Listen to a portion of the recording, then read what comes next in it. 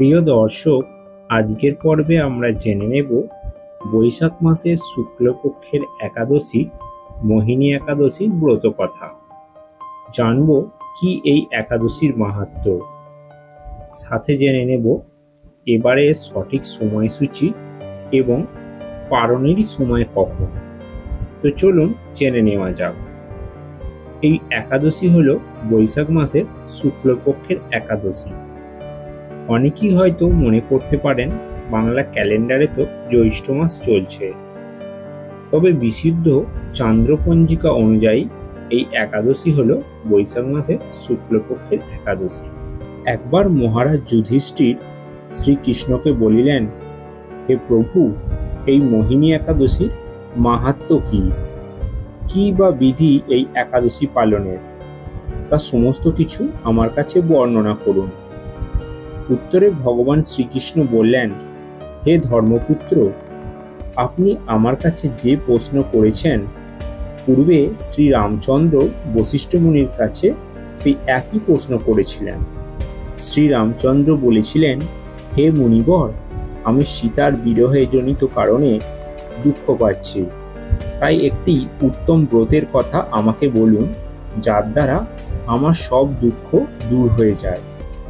তখন বশিষ্ঠ মুনি বলেছিলেন, এই বৈশাখ মাসের শুক্লপক্ষের একাদশী মোহিনী একাদশী নামে পরিচিত, যার পালনে মানুষের সকল পাপ, দুঃখ, মোহজাল অচিরেই বিনষ্ট হয়ে যায়। তখন মুনি বলিলেন, পবিত্র সরস্বতী নদীর তীরে ভদ্রাবতী নামে এক নগরী ছিল। সেখানে ধৃতমান নামে এক রাজা রাজত্ব করতেন। সেই নগরীতেই ধনপাল নামে এক বৈশ্য বাস করতেন, যার কাজ ছিল কৃষিকাজ ও গোরক্ষা করা। তিনি ছিলেন পূর্ণকর্মা ব্যক্তি। তিনি বিভিন্ন রকমের জলাশয়, নলকূপ ইত্যাদিও নির্মাণ করতেন। তিনি ছিলেন শান্ত প্রকৃতির মানুষ এবং ভগবান বিষ্ণুর বড়ই ভক্ত। তার 5 পুত্র ছিল।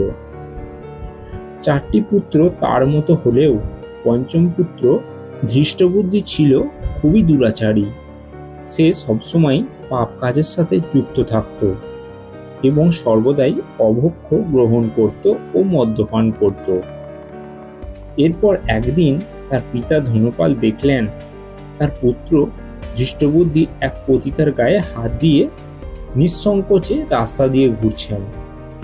তা দেখে তিনি অত্যন্ত মর্মাহত হলেন এবং এরপর ওই ধৃষ্টবুদ্ধিকে গৃহ থেকে বের করে দিলেন।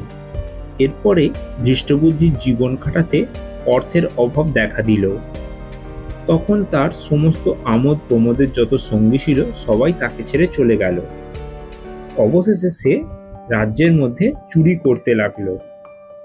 একদিন রাজপ্রহরীর হাতে ধরাও পড়ে গেল, কিন্তু তার পিতার সম্মানার্থে তাকে ছেড়ে দেয়া হলো। এইরকম ঘটনা আরো বেশ কয়েকবার ঘটল, কিন্তু ধৃষ্টবুদ্ধির কোনো সুবুদ্ধি হলো না। ফলে একবার রাজা তাকে কারাগারের মধ্যে কারারুদ্ধ করল। বেশ কয়েকদিন কারাবাস ভোগ করার পরে সে ছাড়া পেয়ে বনের মধ্যে চলে গেল। সেখানে গিয়েও সে পশু পাখি হত্যা করত এবং পাপ কাজের সাথে যুক্ত থাকলো। এইরকমই একদিন বনের মধ্যে ঘুরতে ঘুরতে সে কৌটিল্য মুনির আশ্রমে হাজির হলো। তখন বৈশাখ মাসে এই ঋষি গঙ্গা স্নান করে আশ্রমে প্রত্যাবর্তন করছিলেন। ঘটনাক্রমে ওই ঋষির বস্ত্র থেকে এক বিন্দু জল ধৃষ্টবুদ্ধির গায়ে পড়ল। এতে তার সমস্ত পাপ ক্ষয় হয়ে যায় এবং তার শুভ বুদ্ধির উদয় হয়। তখন সে ঋষিকে বলল, কিভাবে তার জীবনে দুঃখ কষ্ট থেকে মুক্তি পাবে, তার উপায় বলুন। তখন ঋষি বললেন, বৈশাখ মাসের শুক্লপক্ষের মোহিনী নামে যে একাদশী রয়েছে তা পালন করো, যার পূর্ণ প্রভাবে বহু জমিত পাপ বিনষ্ট হয়।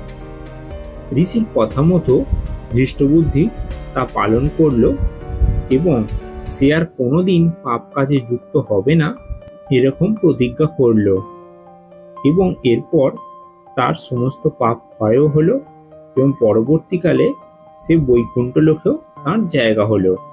তখন বশিষ্ঠ মুনি শ্রীরামচন্দ্রকে বলিলেন, হে রাজন, এই মোহিনী একাদশী ব্রতে বিভিন্ন রকমের যজ্ঞ এবং তীর্থস্থান ভ্রমণ ও বিভিন্ন দানের সমান ফললাভ হয়ে থাকে।